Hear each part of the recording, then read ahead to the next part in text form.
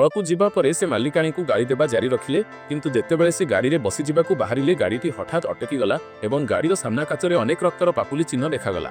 ଏହା ତାଙ୍କୁ ଅତ୍ୟନ୍ତ ଭୟଭୀତ କରିଦେଲା। ମ୍ୟୁଜିୟମରୁ ବାହାରିବା ପରେ ରିଆ ଅଭିକୁ କହିଲା ଯେ ଆତ୍ମାକୁ ମୁକ୍ତି ଦେବା ସମୟରେ ଯାହା ବି ଘଟେ ତାହା ଗୋପନ ରଖିବାକୁ ହେବ, ନଚେତ୍ ମୃତ୍ୟୁ ମଧ୍ୟ ହୋଇପାରେ। ଅଭି ରାଜି ହେଲା, କିନ୍ତୁ ତାପରେ ଚିତ୍ରଶିଳ୍ପୀ ଚିନ୍ମୟକୁ ଧମକ ଦେବା ପାଇଁ ସମସ୍ତ ପ୍ରମାଣ ସଂଗ୍ରହ କରିବାକୁ ଜିତୁକୁ ଫୋନ୍ କଲା। କିଛି ସମୟ ପରେ ଦୁହେଁ ଚିନ୍ମୟଙ୍କ ଘରେ ପହଞ୍ଚିଲେ, କିନ୍ତୁ ଏହି ସମୟରେ ଅଭି ଜାଣିବାକୁ ପାଇଲା ଯେ ସେ ରିଆ ଦେଇଥିବା ଆତ୍ମାକୁ ମୁକ୍ତି ଦେବା ମାଳିଟି ଆଣିନାହିଁ। ଜଣାପଡ଼ିଲା ଯେ ଖାଇବା ସମୟରେ ଅଭି ଅଜାଣତରେ ତାକୁ ତଳେ ପକାଇ ଦେଇଥିଲା, କିନ୍ତୁ ସେ ଧ୍ୟାନ ନ ଦେଇ ଜିତୁ ସହିତ ସିଧା ଚିନ୍ମୟଙ୍କ ଘରକୁ ଚାଲି ଆସିଥିଲା। ଏହି ସମୟରେ ଚିତ୍ରଶିଳ୍ପୀଙ୍କ ଘର ସବୁ ପ୍ରକାରର ଯନ୍ତ୍ରମନ୍ତ୍ରରେ ଭର୍ତ୍ତି ଥିଲା। ମନେ ହେଉଥିଲା ଯେ ସେ ଗତ 2 ଦିନ ହେବ ଅନ୍ୟାୟୀ ଆତ୍ମା ଦ୍ୱାରା ଯନ୍ତ୍ରଣା ପାଉଛନ୍ତି।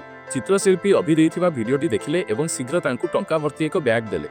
ସେ ମଧ୍ୟ ଅଭିକୁ ସେହି ଅନ୍ୟାୟୀ ଆତ୍ମାକୁ ଘଉଡ଼ାଇବା ପାଇଁ କହିଲେ, ତାପରେ ବାକି ଟଙ୍କା ଦେବେ ବୋଲି କହିଲେ। କିନ୍ତୁ ଅଭି ଆତ୍ମାକୁ ମୁକ୍ତି ଦେବା ବିଷୟରେ କିଛି ଜାଣିନଥିଲା, ତେଣୁ ସେ ଶୀଘ୍ର ଚିତ୍ରଶିଳ୍ପୀଙ୍କୁ କହିଲା ଯେ ସେ ଏଥିପାଇଁ ରିଆର ସାହାଯ୍ୟ ନେବା ଉଚିତ। ଏହା କହି ଦୁହେଁ ଠିଆ ହୋଇ ଚାଲିବାକୁ ଲାଗିଲେ, କିନ୍ତୁ ଯେତେବେଳେ ଦୁହେଁ କିଛି ପାଦ ଚାଲିଛନ୍ତି ଏକ ଥଣ୍ଡା ପବନ ବହିଲା। କାନ୍ଥରେ ଥିବା ସମସ୍ତ ଯନ୍ତ୍ରମନ୍ତ୍ର ତଳେ ପଡ଼ିଗଲା। ଚିତ୍ରଶିଳ୍ପୀ ଚିନ୍ମୟ ଏତେ ଡରିଗଲେ ଯେ ସେ ଚଟାଣରେ ପଡ଼ି ରହିଲେ। ସେ ଦୁହିଁଙ୍କୁ ନ ଯିବା ପାଇଁ ଅନୁରୋଧ କଲେ, ତଥାପି ସେହି ଅନ୍ୟାୟୀ ଆତ୍ମା ପୂର୍ବରୁ ଅଭିର ଶରୀରରେ ପ୍ରବେଶ କରିସାରିଥିଲା। ଅଭି ଯେ ଆତ୍ମା ଦ୍ୱାରା ପ୍ରଭାବିତ ଥିଲା, ସେ ଘୃଣାଭରା ଆଖିରେ ଚିତ୍ରଶିଳ୍ପୀଙ୍କୁ ଚାହିଁଲା। ଏହି ମୁହୂର୍ତ୍ତରେ ରିଆ ମଧ୍ୟ ସେଠାକୁ ଆସିଲା। ସେଠାରେ କ'ଣ ଘଟୁଛି ଜାଣିବା ପାଇଁ ଶବ୍ଦ ଶୁଣି ସେ ଶୀଘ୍ର ଭିତରକୁ ଗଲା। ଘର ଭିତରକୁ ଯିବା ମାତ୍ରେ ସେ ଦେଖିଲା ଅଭି ଚିତ୍ରଶିଳ୍ପୀଙ୍କ ଗଳା ଚିପି ଧରିଛି। ରିଆ ଉଡ଼ିଯାଇ ଆତ୍ମା ଦ୍ୱାରା ପ୍ରଭାବିତ ଅଭିକୁ ଗୋଇଠା ମାରିଲା। ତାପରେ ସେ ତାକୁ ଆତ୍ମାକୁ ମୁକ୍ତି ଦେବା ମାଳିଟି ପିନ୍ଧାଇ ଦେଲା। ଅନ୍ୟାୟୀ ଆତ୍ମା ଶୀଘ୍ର ଅଭିର ଶରୀର ଛାଡ଼ିଦେଲା ଏବଂ ରିଆକୁ ଘୃଣାଭରା ଆଖିରେ ଚାହିଁ ଅଦୃଶ୍ୟ ହୋଇଗଲା। ଏହି ସମୟରେ ଅଭି ଉଠି ପଡ଼ିଥିଲା। ଜିତୁ ଏବଂ ଚିତ୍ରଶିଳ୍ପୀ ଚିନ୍ମୟ ଏବେ ବି ତାକୁ ଭୟରେ ଚାହିଁ ରହିଥିଲେ। ଅଭି କିଛି ଜାଣିନଥିଲା ଏବଂ ରିଆକୁ ପଚାରିଲା ସେ କାହିଁକି ଏଠାରେ ଅଛି, କିନ୍ତୁ ରିଆ ଚୁପଚାପ ସେଠାରୁ ଚାଲିଗଲା। କାରଣ ଅଭି ଚିତ୍ରଶିଳ୍ପୀଙ୍କୁ ଆକ୍ରମଣ କରିଥିଲା। ତାକୁ ପୋଲିସ ଷ୍ଟେସନ ନିଆଗଲା, କିନ୍ତୁ ରିଆ ଶୀଘ୍ର ତାର ଜାମିନ କରାଇ ଆଣିଲା। କିନ୍ତୁ ଯେମିତି ଅଭି ଏବଂ ଜିତୁ ପୋଲିସରୁ ବାହାରିଲେ, ରିଆ ଅଭିକୁ ଗାଡ଼ି ଭିତରକୁ ଟାଣିନେଲା। ଦୁହେଁ ଚିତ୍ରଶିଳ୍ପୀଙ୍କ ଘରକୁ ଖରାପ ଆତ୍ମାକୁ ମୁକ୍ତି ଦେବା ପାଇଁ ଗଲେ।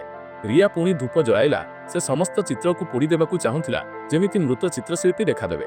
ନିଶ୍ଚିନ୍ତ ଭାବେ ସେ ଦେଖାଦେଲେ। ରିଆ ଏକ ମ୍ୟାଜିକ୍ ଗନ୍ ବ୍ୟବହାର କରି ତାକୁ ଫସାଇଲା। ତାପରେ ସେ ଜୋରରେ ଅଭିକୁ ମାଳିଟି ବାହାର କରିବାକୁ କହିଲା, ଯେମିତି ପ୍ରେତାତ୍ମା ତା ଭିତରକୁ ପ୍ରବେଶ କରିବ।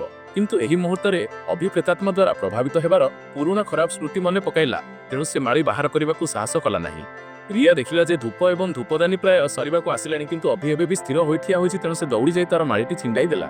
ଏହି ମୁହୂର୍ତ୍ତରେ ପ୍ରେତାତ୍ମା ଅଭିର ଶରୀରରେ ପ୍ରବେଶ କରିସାରିଥିଲା। ରିଆ ଶୀଘ୍ର ହେୟାର ପିନ୍ ବାହାର କଲା ଏବଂ ଅଭିର ଛାତିରେ ପୁରାଇ ଦେଲା। ଆତ୍ମାକୁ ମୁକ୍ତି ଦେବା କାମ ଶେଷ ହେଲା। ଅଭି ନିଜ ହୃଦୟରୁ ଶକ୍ତି ବାହାରିବା ଅନୁଭବ କଲା। ଚିତ୍ରଶିଳ୍ପୀ ମରିବା ପୂର୍ବର ସ୍ମୃତି ଅଭିର ମସ୍ତିଷ୍କକୁ ଚାଲିଗଲା। ଜଣାପଡ଼ିଲା ଯେ ଚିତ୍ରଶିଳ୍ପୀଙ୍କ ପତ୍ନୀ ଗୁରୁତର ଅସୁସ୍ଥ ଥିଲେ। ତାଙ୍କ ପତ୍ନୀଙ୍କୁ ସୁସ୍ଥ କରିବା ପାଇଁ ସେ ସବୁକିଛି କରିଥିଲେ। ବର୍ତ୍ତମାନ ସ୍ଥିତିକୁ ଫେରିଲେ। ହେୟାର ପିନ୍ ଏବଂ ଅନ୍ୟାୟୀ ଆତ୍ମା ଧୀରେ ଧୀରେ ଅଦୃଶ୍ୟ ହୋଇଗଲେ, କିନ୍ତୁ ଅନ୍ୟାୟୀ ଆତ୍ମାର ସ୍ମୃତି ଥିବାରୁ ଅଭିର ହୃଦୟ ଭାଙ୍ଗିଗଲା ଏବଂ ସେ କାନ୍ଦିବାକୁ ଲାଗିଲା। ସେ ରିଆକୁ ପଚାରିଲା ତା ଶରୀରରେ କ'ଣ ପ୍ରବେଶ କଲା। ରିଆ ଉତ୍ତର ଦେଲା ଯେ ଏହା ଏକ ସ୍ମୃତି ଥିଲା, ଯାହାକୁ ଅନ୍ୟାୟୀ ଆତ୍ମା ମରିବା ପୂର୍ବରୁ ଛାଡ଼ି ପାରିନଥିଲା। ଯଦିଓ ପ୍ରେତାତ୍ମା ଗାୟବ ହୋଇଯାଇଛି, ତଥାପି ଏହା ଅଭିର ଶରୀରରେ କିଛି ଅଂଶ ଛାଡ଼ିଯିବ। ଏହି ଅଂଶ କିଛି ଦିନ ପାଇଁ ରହିବ ଏବଂ ପରେ ନିଜେ ଗାୟବ ହୋଇଯିବ। ତାପରେ ଦୁହେଁ ଶୁଭ ଜମିବାଡ଼ି କିଣାବିକା କରୁଥିବା ସଂସ୍ଥାକୁ ଗାଡ଼ି ଚଲାଇ ଫେରିଲେ। ଅଲଗା ହେବା ପୂର୍ବରୁ ରିଆ ବ୍ୟକ୍ତିଗତ ଭାବେ ଅଭିକୁ ମାଳିଟି ପିନ୍ଧାଇ ଦେଲା। ତାପରେ ସେ ତାକୁ ଏହି ଦିନଗୁଡ଼ିକରେ ଭଲରେ ବିଶ୍ରାମ ନେବାକୁ କହିଲା ଏବଂ ସେଇଆ କରିବାକୁ କହିଲା ଯାହା ତାକୁ ଆରାମ ଦେବ, ଯେମିତି ସେହି ସ୍ମୃତି ତାକୁ ଯନ୍ତ୍ରଣା ଦେବ ନାହିଁ। ଅଭି ଯେତେବେଳେ ଜାଣିଲା ଯେ ରିଆ 10 ବର୍ଷ ହେବ ଏହି କାମ କରୁଛି, ସେ ହଠାତ୍ କହିଲା ଯେ ଏହା ସହଜ ନୁହେଁ। ସେ କେବଳ ଥରେ ଏହା କରିଛି ଏବଂ ସେ ବହୁତ ଅସହଜ ଅନୁଭବ କରୁଥିଲା। ଏହି ସମୟରେ ରିଆ 10 ବର୍ଷ ହେବ ଏକୁଟିଆ ଏହା ସହ୍ୟ କରିଛି। ଅଭି ମନେ ମନେ ଭାବିଲା ଯେ ସେ ନିଶ୍ଚିତ ଭାବେ ବହୁତ କଷ୍ଟ ସହିଥିବ। କିନ୍ତୁ ପ୍ରେତାତ୍ମା ଗାୟବ ହେବା ପରଠାରୁ ଅଭି ସବୁବେଳେ ତାଙ୍କ ପତ୍ନୀଙ୍କ ହସ୍ପିଟାଲ ଶଯ୍ୟା ପାଖରେ ଉଠୁଥିଲା। ତା ମୁହଁରୁ ଲୁହ ଝରି ଚାଲିଥିଲା। ଅଭି ରିଆକୁ ଏହି ବିଷୟରେ କହିଲା ସେ ସତରେ ଚିତ୍ରଶିଳ୍ପୀଙ୍କ ପତ୍ନୀଙ୍କ ଅସ୍ତ୍ରୋପଚାର ପାଇଁ ଟଙ୍କା ଯୋଗାଡ଼ କରିବାରେ ସାହାଯ୍ୟ କରିବାକୁ ଚାହୁଁଥିଲା। ରିଆ ଅନୁଭବ କଲା ଯେ ସେ ଏହା କରିପାରିବ ନାହିଁ, ତେଣୁ ସେ ସିଧା ମନା କରିଦେଲା। କିନ୍ତୁ ସେ ତଥାପି ମାଲିକାଣୀଙ୍କ ପାଖକୁ ଗଲା ଏବଂ ଚିତ୍ରଶିଳ୍ପୀ ଜୀବିତ ଥିବା ସମୟର ଚିତ୍ର ଆଙ୍କୁଥିବା ଏକ ଭିଡ଼ିଓ ଦେଲା। ସେହି ସମୟରେ ସେ ତାଙ୍କୁ ମଧ୍ୟ କହିଲା ଯେ ଚିତ୍ରଶିଳ୍ପୀଙ୍କର ଜଣେ ପତ୍ନୀ ଅଛନ୍ତି। ସେଠାରେ ଏକ ଚିତ୍ର ଅଛି ଯାହା ସେ ତାଙ୍କ ପତ୍ନୀଙ୍କ ପାଇଁ ଆଙ୍କିଥିଲେ। ତେଣୁ ରିଆ ମାଲିକାଣୀଙ୍କୁ ପଚାରିଲା ଯଦି ସେ ସେହି ଚିତ୍ରଟି ତାଙ୍କ ପତ୍ନୀଙ୍କୁ ଫେରାଇ ଦେଇପାରିବେ। ସେ ଏହା ଶୁଣି ଶୀଘ୍ର ରାଜି ହେଲେ ନାହିଁ, ଯାହା ରିଆକୁ ବହୁତ ଅସହଜ କଲା। ସେ ତାପରେ ବିଦାୟ ନେଇ ସେଠାରୁ ବାହାରିଲା। ତଥାପି ସେ ଆଶା କରିନଥିଲା ଯେ ଏହି ପ୍ରଦର୍ଶନୀର ଉତ୍ସବରେ ମାଲିକାଣୀ ଚିତ୍ରଶିଳ୍ପୀ ଚିନ୍ମୟଙ୍କର ଅନ୍ୟ କାହା ଦ୍ୱାରା ଚିତ୍ର ଆଙ୍କିବା କଥା କହିଦେବେ। ସେ ଏପରିକି ପ୍ରମାଣ ମଧ୍ୟ ଦେଖାଇଦେଲେ। ସେଠାରେ ଉପସ୍ଥିତ ଥିବା ବଡ଼ ବଡ଼ ଲୋକମାନେ ଏ ବିଷୟରେ କଥାବାର୍ତ୍ତା କଲେ, ଯାହାଫଳରେ ଚିତ୍ରଶିଳ୍ପୀ ଚିନ୍ମୟ ଶୀଘ୍ର ଅପମାନିତ ହୋଇ ସେଠାରୁ ଖସି ପଳାଇଲେ। ଖସିବା ପରେ ସେ ଗ୍ୟାରେଜକୁ ଗଲେ, ଯେଉଁଠାରେ ସେ ହଠାତ୍ ଅଭିକୁ ଭେଟିଲେ। ଯେତେବେଳେ ଦୁହେଁ ଲଢ଼ିବାକୁ ଯାଉଥିଲେ, ପୋଲିସ ପହଞ୍ଚିଗଲା। ସେମାନେ ହତ୍ୟା ଉଦ୍ୟମ ଅଭିଯୋଗରେ ଚିନ୍ମୟକୁ ଗିରଫ କଲେ। ଜଣାପଡ଼ିଲା ଯେ ଚିତ୍ରଶିଳ୍ପୀ ଚିନ୍ମୟ ପୂର୍ବରୁ ଜାଣିଥିଲେ ଯେ ସେହି ଗରିବ ଚିତ୍ରଶିଳ୍ପୀଙ୍କୁ କର୍କଟ ହୋଇଛି। ସେ ଅନୁରୋଧ ହୋଇଥିଲେ ଯଦି ଚିନ୍ମୟ ତାଙ୍କର ଗୋଟିଏ ଚିତ୍ର କିଣି ପାରନ୍ତେ। ସେ ସେହି ଚିତ୍ର ବିକ୍ରି ଟଙ୍କାରେ ନିଜ ଗାଁକୁ ଫେରି ତାଙ୍କ ପତ୍ନୀଙ୍କ ସହ ରହିବାକୁ ଚାହୁଁଥିଲେ। କିଏ ଭାବିଥିଲା ଏହା ଶୁଣିବା ପରେ ଚିନ୍ମୟ ନିଜ କ୍ୟାରିୟର ପାଇଁ ଚିନ୍ତିତ ହେବେ, କାରଣ ସେହି ବ୍ୟକ୍ତିଙ୍କ ବିନା ସେ ଭବିଷ୍ୟତରେ ସଫଳ ହୋଇପାରିବେ ନାହିଁ। ତେଣୁ ସେ ରାଗିଗଲେ ଏବଂ ତାଙ୍କର ସମସ୍ତ ଚିତ୍ର ନେଇଯିବାକୁ ଚାହିଁଲେ। ତେଣୁ ଝଗଡ଼ା ସମୟରେ ସେ ଅଜାଣତରେ ତାଙ୍କୁ ମାରିଦେଲେ। ତାପରେ ଚିନ୍ମୟ ଏହି ଦୃଶ୍ୟକୁ ଏମିତି ସଜାଇଲେ ଯେମିତି ସେ ନିଜେ ମରିଯାଇଛନ୍ତି। ଏହା ବ୍ୟତୀତ ସେ ସେହି ଭିଡିଓଟି ପାଇବା ପରେ ଶୀଘ୍ର ତାକୁ ନଷ୍ଟ କରିଦେଲେ। କିନ୍ତୁ ସେ ଆଶା କରିନଥିଲେ ଯେ ସେଠାରେ ବହୁତ ଭିଡିଓ ଥିବାରୁ ଜିତୁ ସେଗୁଡ଼ିକୁ ଭଲରେ ପରୀକ୍ଷା କରିପାରିନଥିଲା।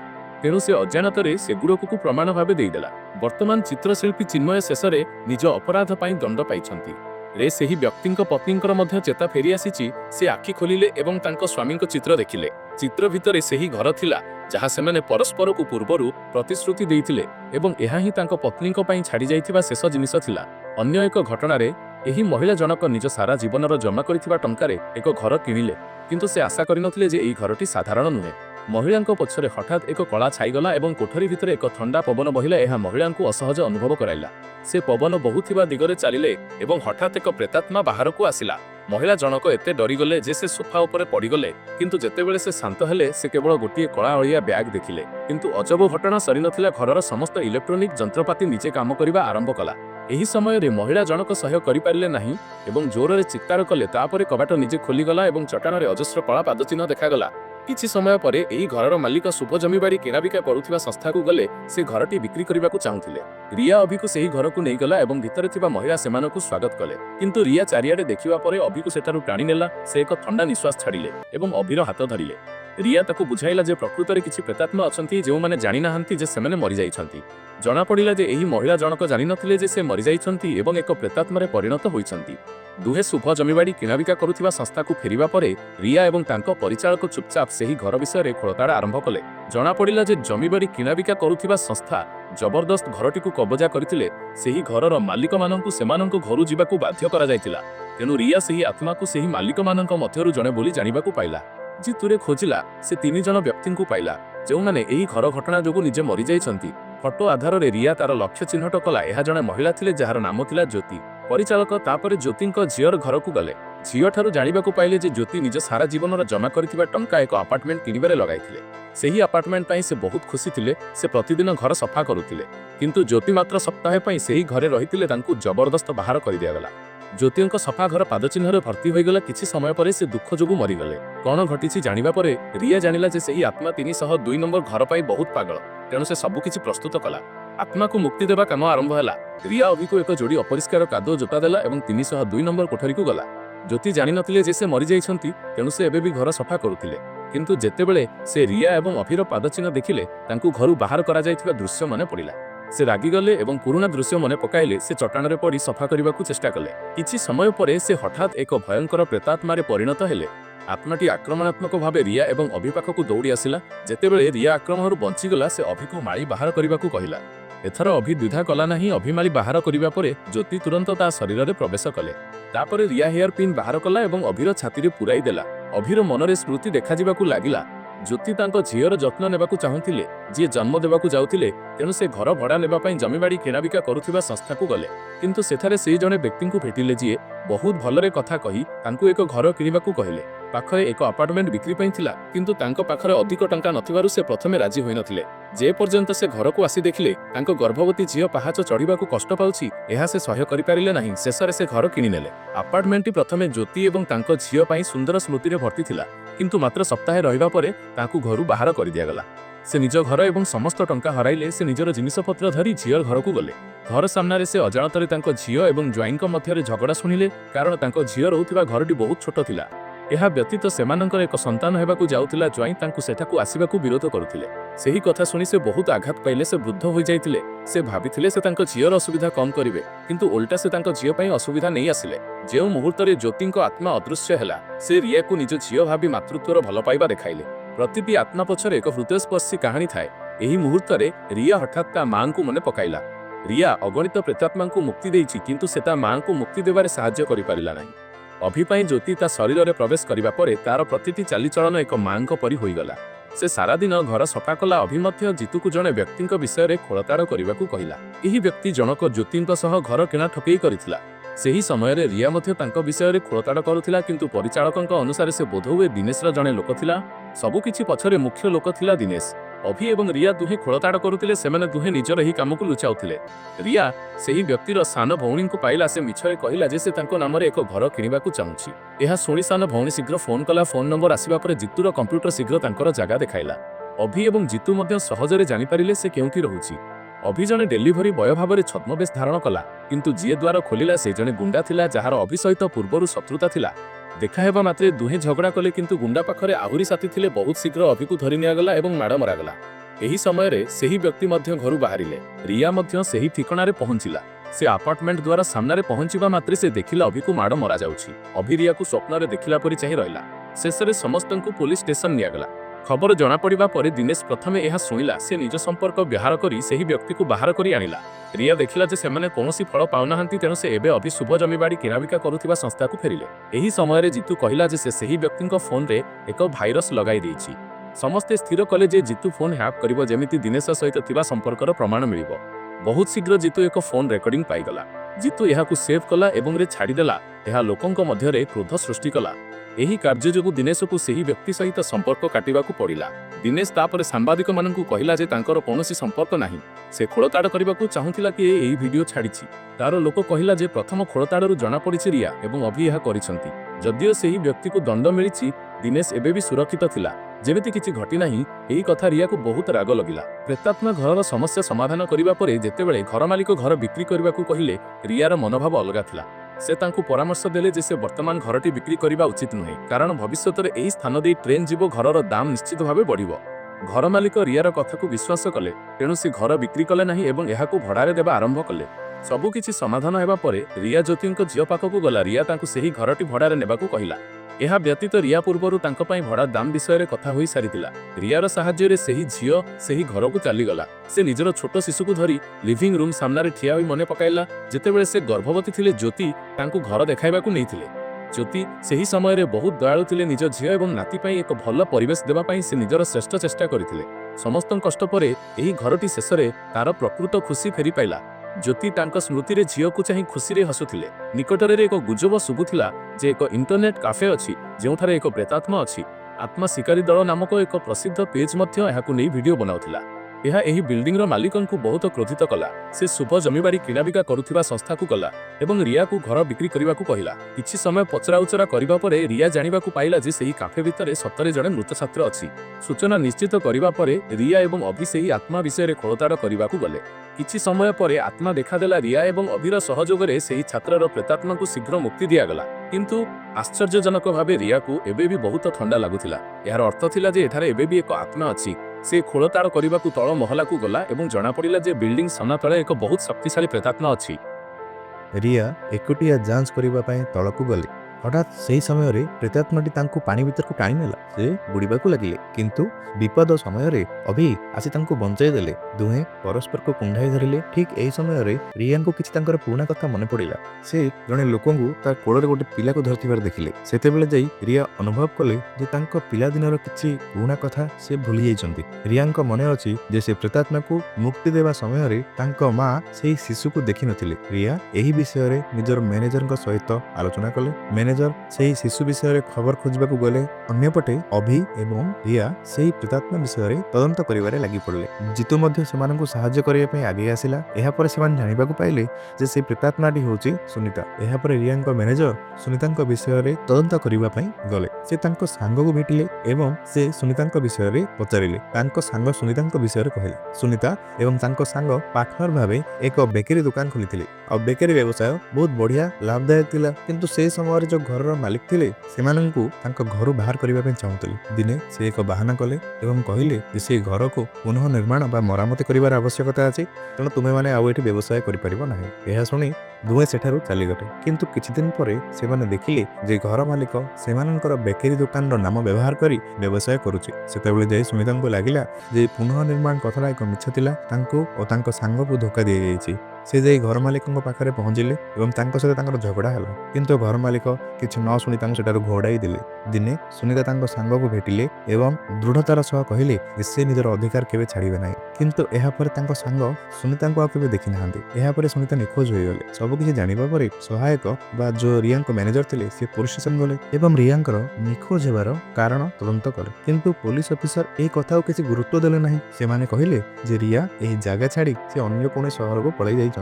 ଏବଂ ପ୍ରେତାତ୍ମା ବିଷୟରେ ଜାଣିବା ପରେ ରିୟା ଓ ଅଭି ସେଠାରେ ପହଞ୍ଚିଲେ। ସୁନିତାଙ୍କ ପ୍ରେତାତ୍ମା ସେହି ପାଣି ଭିତରେ ଥିବାରୁ ରିୟା ଅଭିକୁ ପାଣି ତଳେ ଶୋଇ ରହି ଅପେକ୍ଷା କରିବାକୁ କହିଲେ। କିଛି ସମୟ ପରେ ସୁନିତା ଅଭି ପାଖକୁ ଆସିଲେ। ରିୟା ଅଭିକୁ ମାଳି ବାହାର କରିବାକୁ କହିଲେ ଏବଂ ଅନ୍ୟାୟୀ ଆତ୍ମା ଅଭି ଶରୀରରେ ପଶିଗଲା। ଏହା ଦେଖି ରିୟା ତୁରନ୍ତ ନିଜର ମ୍ୟାଜିକ୍ ପେନ୍ ବାହାର କରି ଅଭିଙ୍କ ଛାତିରେ ମାରିଦେଲେ।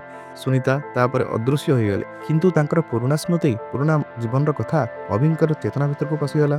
ଘର ମାଲିକ ଫୋନ୍ ନ ଉଠାଇବାରୁ ସୁନିତା ତାଙ୍କ ପତ୍ନୀଙ୍କ ପାଖକୁ ନ୍ୟାୟ ମାଗିବାକୁ ଯାଇଥିଲେ। ତାପରେ ସେଠାରେ ଦୁହିଁଙ୍କ ମଧ୍ୟରେ ପ୍ରବଳ ଝଗଡ଼ା ହୋଇଥିଲା। କିଛି ସମୟ ପରେ ସେମାନେ ମାରପିଟ ଆରମ୍ଭ କଲେ।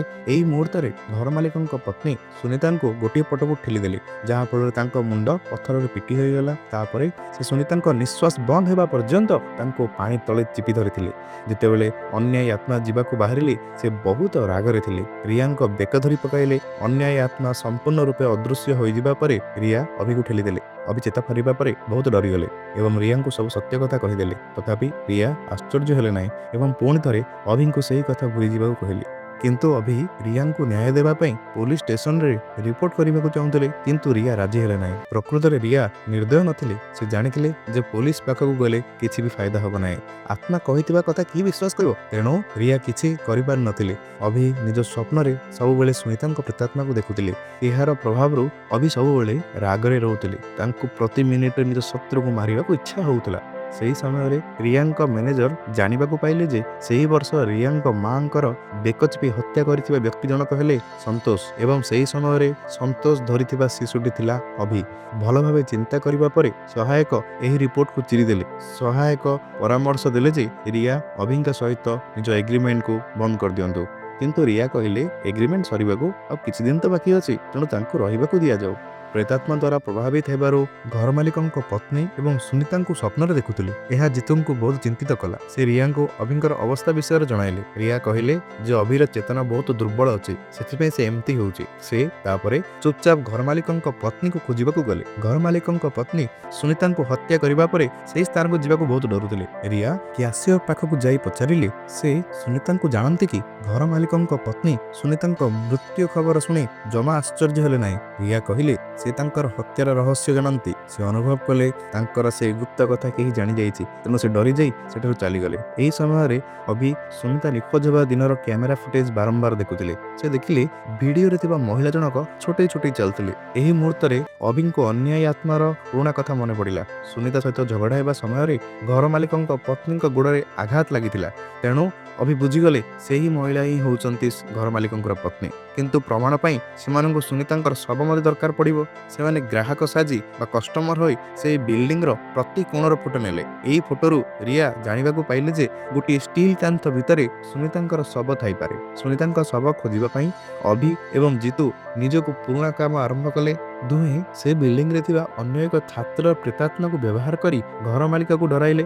ଘର ମାଲିକ ଡରିକି ସେଠାରୁ ପଳାଇଗଲା। ଏହି ସମୟରେ ଅଭି ହସିକି ଯାଇ ଘର ମାଲିକଙ୍କୁ ଭେଟିଲା। ସେ କହିଲା ଯେ ଏଠାରେ ଥିବା ସେ ଛାତ୍ରର ପ୍ରେତାତ୍ମାକୁ ମୁକ୍ତି ଦେଇପାରିବେ। ତାପରେ ଅଭି ଫଟୋରେ ଥିବା ଛାତ୍ରର ପ୍ରେତାତ୍ମାକୁ ଦେଖାଇ ଘର ମାଲିକଙ୍କୁ ପୁଣି ଡରାଇ ଦେଲେ। ସେ ଏକ ମିଛ କାହାଣୀ ଘର ମାଲିକଙ୍କୁ କହିଲେ। ସେ କହିଲେ ଛାତ୍ରଟି ପ୍ରେମରେ ଥିଲାବେଳେ ଆତ୍ମହତ୍ୟା କରିଛି, କିନ୍ତୁ ସେହି କାନ୍ଥ ଭିତରେ ଗୋଟିଏ ମୁଦି ଅଛି, ଯାହାକୁ ବାହାର କଲେ ପ୍ରେତାତ୍ମାଟି ଏଠାରୁ ମୁକ୍ତି ପାଇଯିବ। ଘର ମାଲିକ ତାଙ୍କ କଥାକୁ ବିଶ୍ୱାସ କଲେ ଏବଂ କାନ୍ଥ ଭାଙ୍ଗିବାକୁ ଲୋକ ଡକାଇଲେ। କିନ୍ତୁ କାନ୍ଥ ଭାଙ୍ଗିବା ବେଳେ ତାଙ୍କ ପତ୍ନୀ ଆସି ଏହାକୁ ମନା କଲେ। ଘର ମାଲିକ ବୁଝାଇବାକୁ ଚାହିଁଲେ ମଧ୍ୟ ସେ ମାନିଲେ ନାହିଁ। ଏହା ଦେଖି ରିୟା ତୁରନ୍ତ ଏକ ହାତୁଡ଼ି ନେଇ କାନ୍ଥରେ ପିଟିଲେ। କିଛି ସମୟ ପରେ କାନ୍ଥ ଭାଙ୍ଗିଗଲା ଏବଂ ଭିତରେ ଏକ ରେଡ୍ କଲରର ବ୍ୟାଗ୍ ମିଳିଲା। କିନ୍ତୁ ଯେତେବେଳେ ରିୟା ତାକୁ ଖୋଲିଲେ ସେଥିରେ ତ ଶବ ନଥିଲା। ଅଭି ପୁଣି ଥରେ ଯାଞ୍ଚ କଲେ, କିନ୍ତୁ ସତରେ ସେ ଭିତରେ ଶବ ନଥିଲା।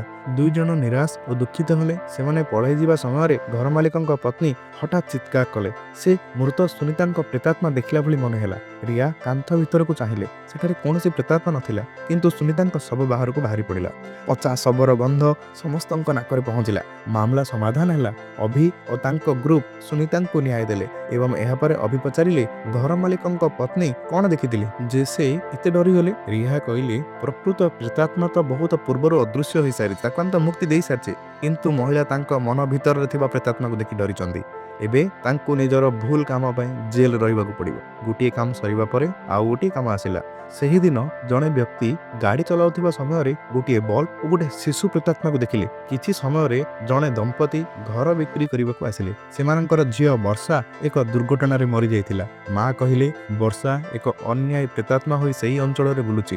ମା ରିୟାଙ୍କୁ ବର୍ଷାର ମୁକ୍ତି ପାଇଁ ଅନୁରୋଧ କଲେ। ସେହି ଅଞ୍ଚଳରେ ଧନୀ ଲୋକମାନେ ଗରିବ ଲୋକଙ୍କୁ ପସନ୍ଦ କରୁନଥିଲେ। ସେମାନେ ଗରିବ ଲୋକଙ୍କୁ ଅଲଗା କରିବା ପାଇଁ ଗୋଟେ ବାଡ଼ ତିଆରି କରିଥିଲେ। ରିୟା ଏବଂ ଅଭି ସେଠାକୁ ଯାଇ ବର୍ଷାର ପ୍ରେତାତ୍ମାକୁ ଖୋଜିଲେ, କିନ୍ତୁ ପିଲା ପ୍ରେତାତ୍ମାକୁ ଧରିବା ବହୁତ କଷ୍ଟକର ଥିଲା, କାରଣ ସେମାନେ ବହୁତ ଜୋରରେ ଧାଇଁ ପଡ଼ନ୍ତି।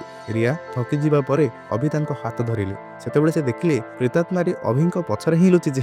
ବର୍ଷା ନିଜ ମାଙ୍କୁ ଦେଖି ଧରିବାକୁ ଚେଷ୍ଟା କଲେ, କିନ୍ତୁ ପାରିଲା ନାହିଁ। ମା ଜାଣିବାକୁ ପାଇଲେ ଯେ ସେଇଟା ବର୍ଷା ଥିଲା ଏବଂ ସେ ବହୁତ କାନ୍ଦିଲେ। ରିୟା ପ୍ରେତାତ୍ମାକୁ ମୁକ୍ତି ଦେବା ପାଇଁ ସବୁ ପ୍ରକାର କାମ କଲେ।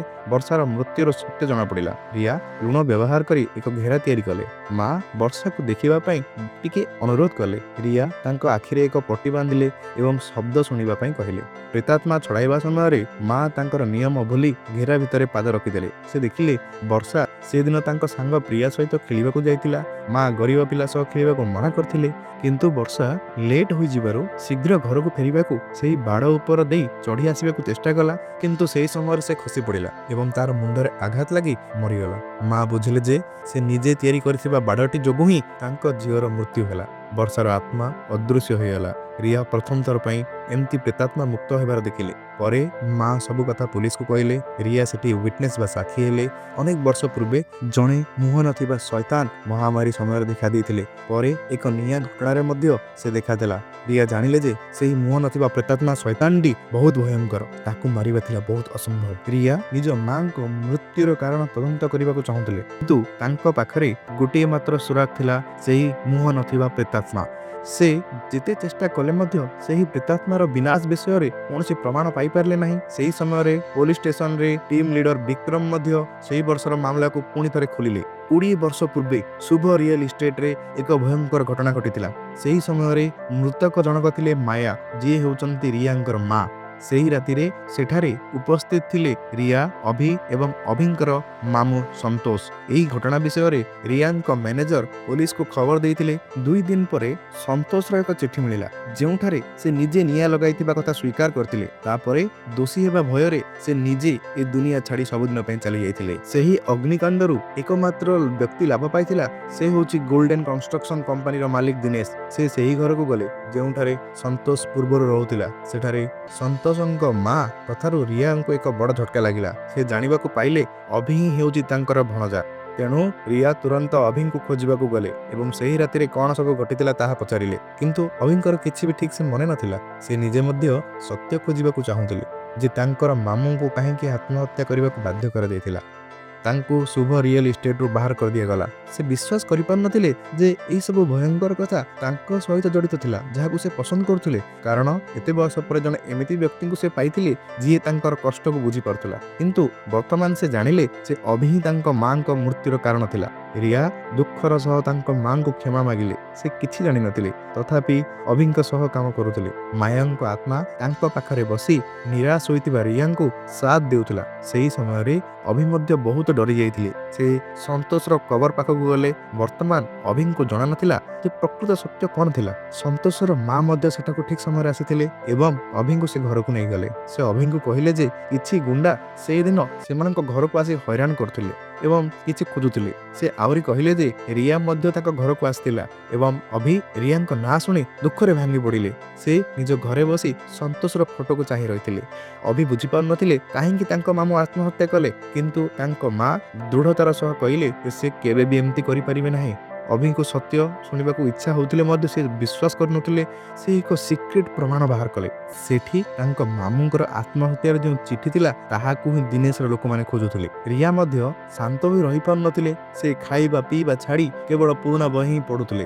ସେହି ରାତିରେ ଅଭିଙ୍କୁ ଦିନେଶର ଲୋକମାନେ ଅପହରଣ କରିନେଲେ। ରିୟାଙ୍କୁ ମଧ୍ୟ ବାନ୍ଧି ରଖାଗଲା। ଅଭିଙ୍କୁ ବହୁତ ମାଡ଼ ମରାଗଲା। ଅଭିଙ୍କ ଶରୀରରେ ସନ୍ତୋଷର ଆତ୍ମା ପ୍ରବେଶ କଲା। ସେ ଦିନେଶର ବେକ ଚିପି ଧରିଲେ। ରିୟା ତୁରନ୍ତ ଅଭିଙ୍କୁ ମାଳି ପିନ୍ଧାଇ ସୁରକ୍ଷିତ କଲା।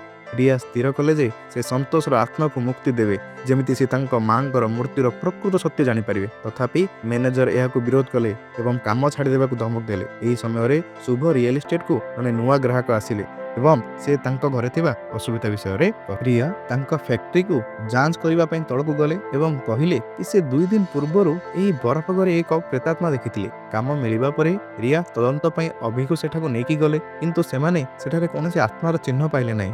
ସେତେବେଳେ ଅଭି ଭାବୁଥିଲେ କି ବିନା କରେଣ୍ଟରେ ବରଫର ଘର ଏତେ ଥଣ୍ଡା କେମିତି ହେଇଛି। ହଠାତ୍ ସେମାନଙ୍କ ପଛପଟର କବାଟ ବନ୍ଦ ହୋଇଗଲା। ତୁରନ୍ତ ବହୁତ ଥଣ୍ଡା ପବନ ଭିତରକୁ ଆସିବାକୁ ଲାଗିଲା। ଜଣାପଡ଼ିଲା କି ଏହି ଜଣେ ବାହାରୁ ସୁଇଚ୍ ଅନ୍ କରି ତାପମାତ୍ରାକୁ -20 ଡିଗ୍ରୀ କରିଦେଇଛି। ଏହା ଜଣାପଡ଼ିଲା କି ଯେ କେହି ଅଭି ଏବଂ ରିୟାଙ୍କୁ ସେଇଠି ହିଁ ମାରିଦେବାକୁ ଚାହୁଁଥିଲା।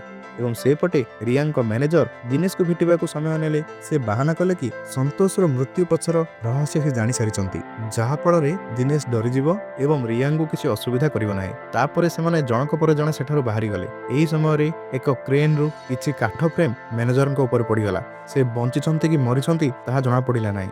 ସେହି ସମୟରେ ବରଫ ଘରେ ବନ୍ଦ ହୋଇଥିବା ଅଭି ଏବଂ ରିୟା ମଧ୍ୟ କ'ଣ କରିବେ ବୁଝିପାରୁନଥିଲେ। ଏହି ସମୟରେ ଆଲୁଅ ଗୁଡ଼ିକ ବାରମ୍ବାର ଜଳିବାକୁ ଲାଗିଲା ଏବଂ ସମ୍ପୂର୍ଣ୍ଣ ବନ୍ଦ ହୋଇଗଲା। ରିୟା ଥଣ୍ଡା ନିଶ୍ୱାସ ଛାଡ଼ିଲେ ଏବଂ ହଠାତ୍ କବାଟଟି ନିଜେ ନିଜେ ଖୋଲିଗଲା। ସେ ବିଶ୍ୱାସ କରିପାରିଲେ ନାହିଁ କି କବାଟଟି କେମିତି ଖୋଲିଲା, କିନ୍ତୁ ଜଣାପଡ଼ିଲା କବାଟଟି ରିୟାଙ୍କର ମା ଖୋଲିଥିଲେ। ରିୟା ବୁଝିପାରିଲେ ନାହିଁ କି ତାଙ୍କ ମାଙ୍କ ଆତ୍ମା ଯିଏ ମୃତ୍ୟୁ ପରେ ସେହି ଘରେ ଥିଲେ ସେ କେମିତି ଏଠାକୁ ଆସିଲେ। ରିୟା ନିଜର ବାକି ଥିବା ଶକ୍ତି ଲଗାଇ ତାଙ୍କ ମାଙ୍କ ପାଖକୁ ଗଲେ। ସେହି ସମୟରେ ତାଙ୍କ ମନରେ ଅନେକ ପ୍ରଶ୍ନ ଥିଲା। ତାଙ୍କ ମାଙ୍କ ରୂପ ଧୀରେ ଧୀରେ ଅଦୃଶ୍ୟ ହେବା ପରେ ରିୟା ଆଉ ସମ୍ଭାଳି ପାରିଲେ ନାହିଁ ଏବଂ ଚଟାଣରେ ଅଚେତ ହୋଇ ପଡ଼ିଗଲେ। ସେହି ସମୟରେ ତାଙ୍କର ଚେତା ଫେରିଲା। ରିୟା ଏବଂ ଅଭି ଡାକ୍ତରଖାନାରେ ଥିଲେ। ଯେତେବେଳେ କି ଜିତୁ ସେମାନଙ୍କୁ ବହୁତ ସମୟ ପର୍ଯ୍ୟନ୍ତ ନ ଫେରିବାର ଦେଖି ଖୋଜିବାକୁ ଯାଇଥିଲେ, ସେ ଅଚେତ ଅବସ୍ଥାରେ ଏ ଦୁହିଁଙ୍କୁ ପାଇଥିଲେ। ଯେତେବେଳେ ରିୟା ମ୍ୟାନେଜରଙ୍କ କଥା ବିଷୟରେ ପଚାରିଲେ, ଜିତୁ ଚୁପ୍ ରହିଗଲେ। ସେମାନେ ଏମର୍ଜେନ୍ସି କୋଠରୀକୁ ଗଲେ।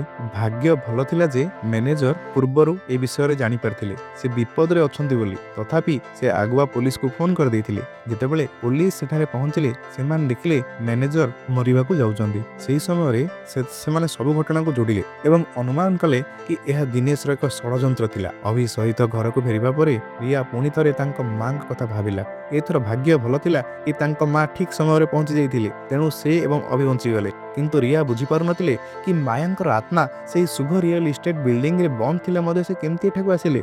ସେ ତୁରନ୍ତ ତାଙ୍କ ମାଙ୍କ ପାଖକୁ ଗଲେ। ସେ ଯେତେ ପ୍ରଶ୍ନ କଲେ ମଧ୍ୟ ତାଙ୍କ ମା କିଛି କହିଲେ ନାହିଁ। ରିୟା ବାରମ୍ବାର ଘଟଣାଟିକୁ ମନେ ପକାଇଲେ ଏବଂ ଅନୁଭବ କଲେ କି ତାଙ୍କ ମା ବୋଧହୁଏ ସେ ଘର ସହିତ ଜଡ଼ିତ ନୁହନ୍ତି, ବରଂ ରିୟାଙ୍କ ସହ ରହୁଥିବା ଏକ ଆତ୍ମା। ତଥାପି କେବଳ ଜଣେ ରାଗି କିମ୍ବା ଅସନ୍ତୁଷ୍ଟ ଭୂତ ହିଁ ଜଣେ ବ୍ୟକ୍ତିଙ୍କ ପଛରେ ଥାଏ। କ'ଣ ତାଙ୍କ ମା ରିୟାଙ୍କ ଉପରେ କ୍ରୋଧିତ ଥିଲେ ବୋଲି ସେ ଯିବାକୁ ଚାହୁଁନଥିଲେ? ଏହି ସବୁ କଥା ରିୟାଙ୍କ ମନରେ ସନ୍ଦେହ ସୃଷ୍ଟି କଲା।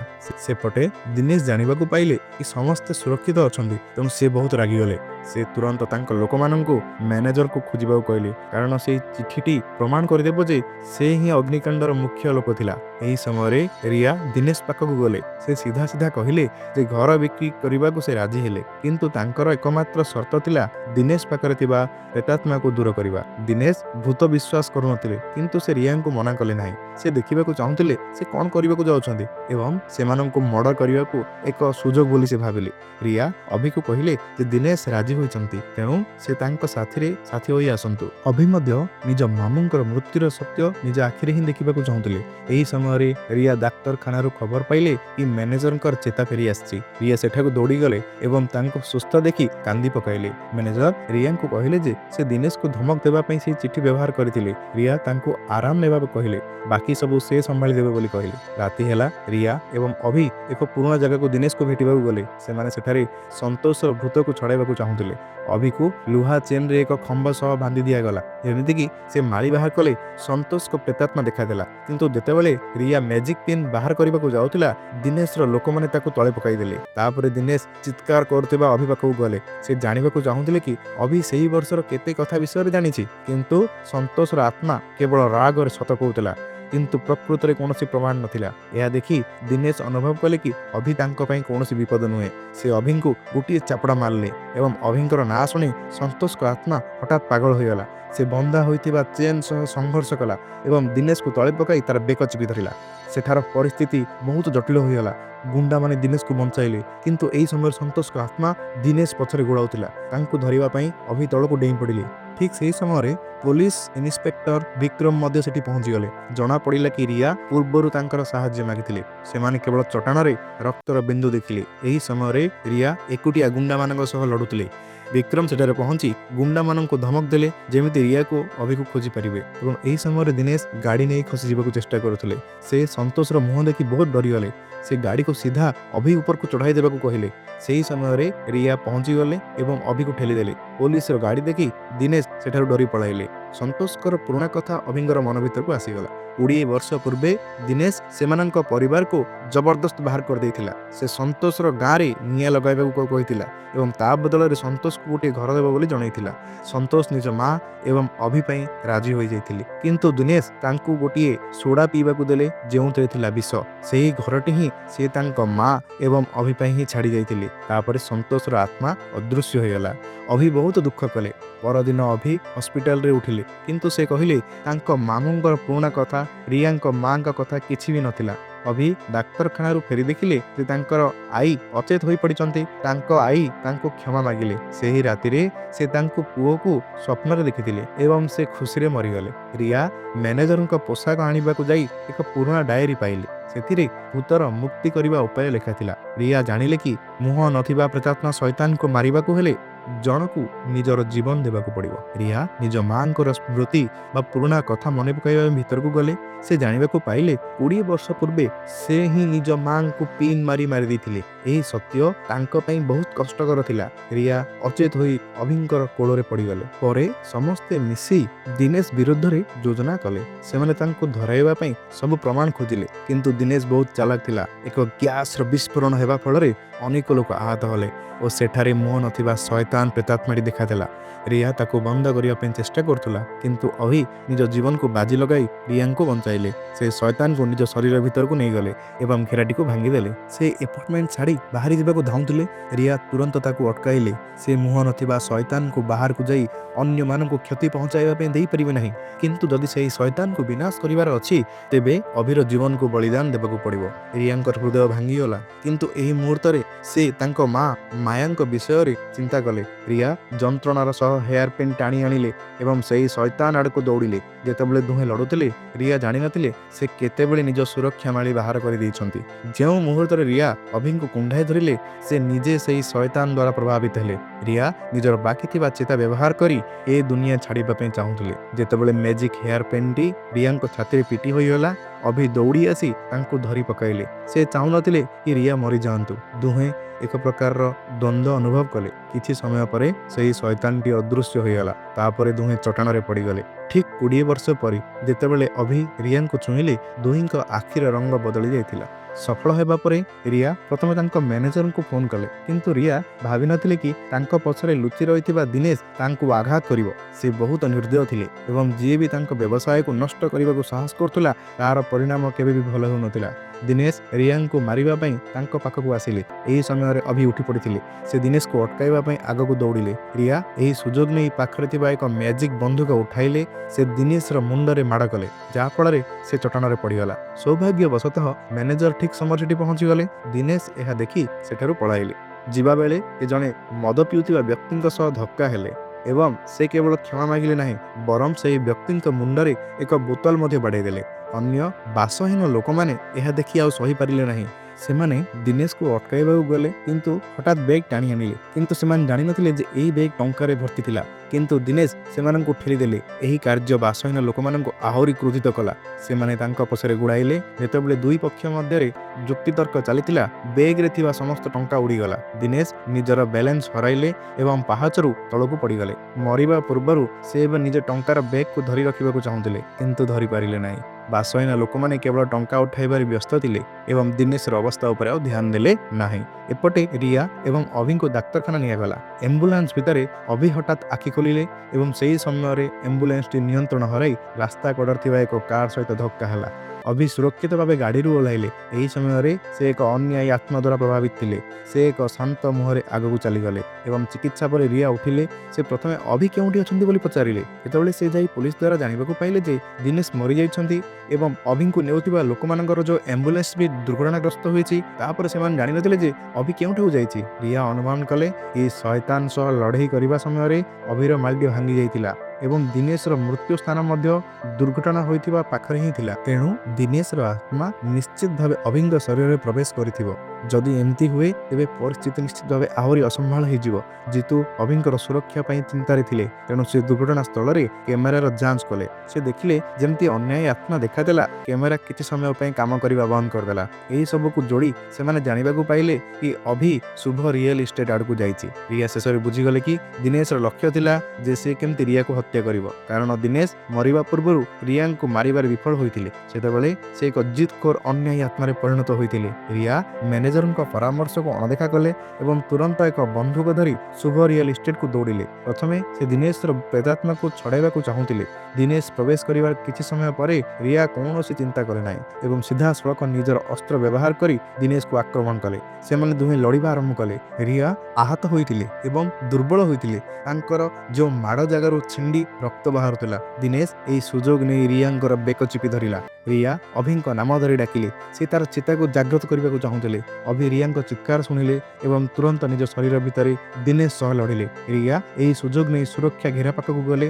ସେ ନିଜର ମ୍ୟାଜିକ୍ ପିନ୍କୁ ଫିଙ୍ଗିଦେଲେ ଏବଂ ଆଗରୁ ପ୍ରସ୍ତୁତ ଲୁଣ ବ୍ୟାଗକୁ ଚିରିଦେଲେ। ଲୁଣ ଚଟାଣରେ ପଡ଼ିଗଲା ଏବଂ ତୁରନ୍ତ ଏକ ସୁରକ୍ଷା ଘେରା ତିଆରି ହେଲା। ଦିନେଶର ଶକ୍ତି ବହୁତ କମିଗଲା। ରିୟା ନିଜ ଅସ୍ତ୍ର ବାହାର କଲେ ଏବଂ ତାଙ୍କ ସହ ଲଢ଼ିଲେ।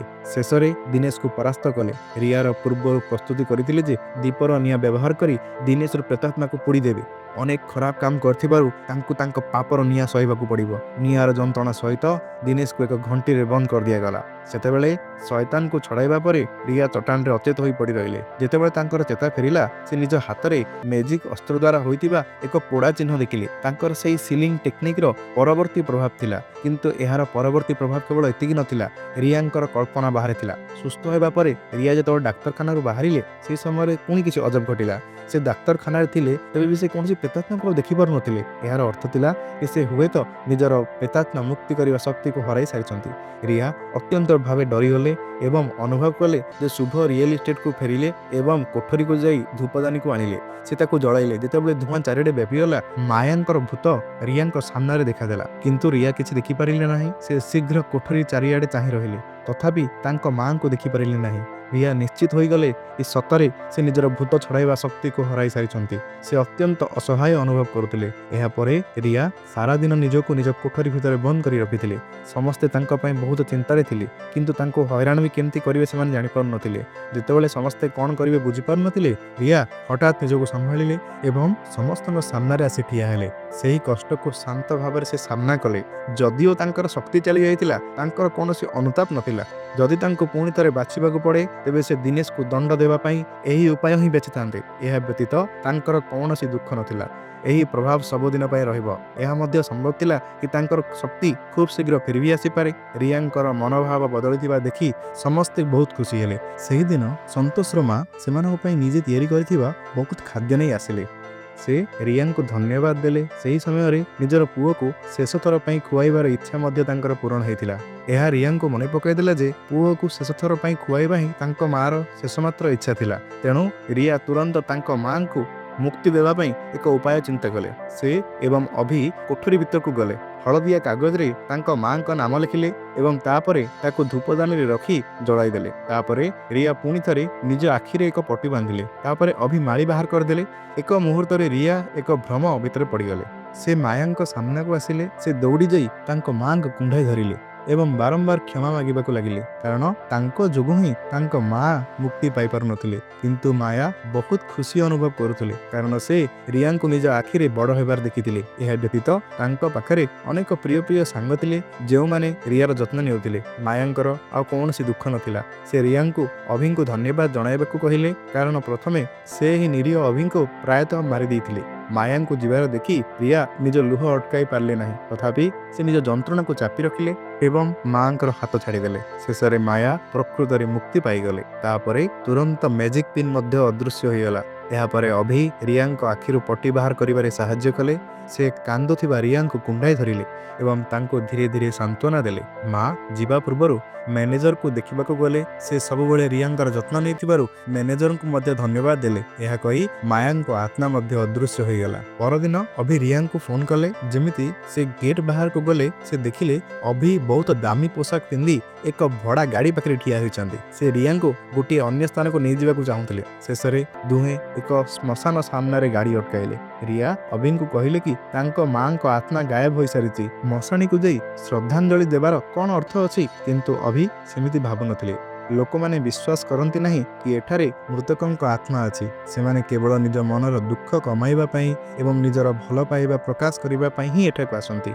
ଶ୍ମଶାନରୁ ଫେରିବା ପରେ ରିୟା ଅଭିଙ୍କୁ କହିଲେ କି ସେ କିଛି ଦିନ ପାଇଁ ଅଲଗା ଜାଗାକୁ ବୁଲିଯିବାକୁ ଚାହାନ୍ତି, କିନ୍ତୁ ସେ ଜାଣିନଥିଲେ ଯେ ସେ କେତେବେଳେ ଯିବେ ଆଉ କେବେ ଫେରିବେ। ପ୍ରାୟ 1 ବର୍ଷ ପରେ ରିୟା ଶେଷରେ ଶୁଭ ରିଏଲ ଇଷ୍ଟେଟକୁ ଫେରିଲେ। ଅଭିଙ୍କୁ କିଛି ଶୁଣାଗଲା। ସେ କୋଠରୀ ବାହାରକୁ ଆସିଲେ। ସେ ଏହି ବର୍ଷ ସାରା ରିୟାର ଫେରିବାକୁ ଜଗି ରହିଥିଲେ। ରିୟାଙ୍କ ହାତରେ ଥିବା ସେହି ଦାଗ ଦୂର ହୋଇସାରିଥିଲା। ତାଙ୍କର ଭୂତ ଛଡ଼ାଇବା ଶକ୍ତି ମଧ୍ୟ ଫେରି ଆସିଥିଲା। ଶୁଭ ରିଏଲ ଇଷ୍ଟେଟ ପୁଣି ଥରେ ବିଜନେସ୍ କରିବା ଆରମ୍ଭ କଲା। ଜଣେ ବ୍ୟକ୍ତି ପରାମର୍ଶ ପାଇଁ ଏଠାକୁ ଆସିଲେ। ସମସ୍ତେ ରେଡି ହେଲେ। ତାଙ୍କ ପ୍ରଶ୍ନ କରିବା ଆରମ୍ଭ କଲେ। ପଚରା ଉଚରା ପରେ ରିୟା ଅଭିଙ୍କୁ ସେହି ସ୍ଥାନକୁ ନେଇଗଲେ ଯେଉଁଠାରେ ପ୍ରେତାତ୍ମାକୁ ମୁକ୍ତି ଦେବାର କାମ କରିବାର ଆବଶ୍ୟକତା ଥିଲା। ଦୁହେଁ ପୁଣି ଏକ ନୂଆ ଯାତ୍ରା ଆରମ୍ଭ କଲେ। ସିନେମାଟି ଏଠାରେ ଶେଷ ହେଉଛି। ଦେଖିଥିବାରୁ ଆପଣମାନଙ୍କୁ ଧନ୍ୟବାଦ। ଯଦି ଆପଣଙ୍କୁ ଏହି କାହାଣୀ ପସନ୍ଦ ଆସିଲା ତେବେ ଲାଇକ୍, ସେୟାର ଏବଂ ସବସ୍କ୍ରାଇବ୍ କରନ୍ତୁ। ଆପଣଙ୍କର ଗୋଟିଏ ସବସ୍କ୍ରାଇବ୍ ଆମକୁ ଯେମିତି ଆହୁରି ଭିଡ଼ିଓ ତିଆରି କରିବାକୁ ପ୍ରେରଣା ଦେବ।